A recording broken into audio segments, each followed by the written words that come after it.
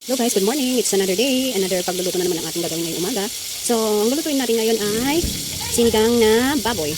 So, ang magiging main ingredients natin ngayon guys is ang ating tamarin, ito. Tapos meron tayong sibuyas, luya, kardis, bukal kardis, and then baboy. So, ang una kong ginagay guys ay meron na akong pinakuloang gabi. So, ang susunod natin ilalagay is ang ating malunggay. So, ayan guys, tangkay ng malunggay. Lagay natin guys. Ayan. Tapos, pakuluan lang natin ulit. So, actually, meron na ako dito pinakuluang malunggay at saka may gabi sa loob. So, tara guys, samahan niyo akong magluto ng ating uulamin ngayon. Lagay na natin guys yung ating kardis. So, ito yung nalagay natin sunod guys. Don't worry guys, yung kamay ko is malinis. Ayan. Lagay na rin natin yung sibuyas guys. Ito, sibuyas. Ay, luya pala. Tapos ating sibuyas. Ayan.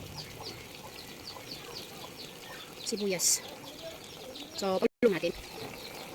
So, sunod natin ilalagay guys yung karne ng ating baboy. Itong baboy guys, ginisa ko na siya. Ay!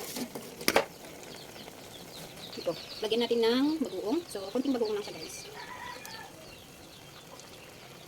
Yan, okay na. Konting dalawang sili guys. So, lagyan na natin yung sampalok natin guys. Ito yung magiging pampaasim natin. Sampalok. Yan guys. So, ang ulam natin is walang preservative.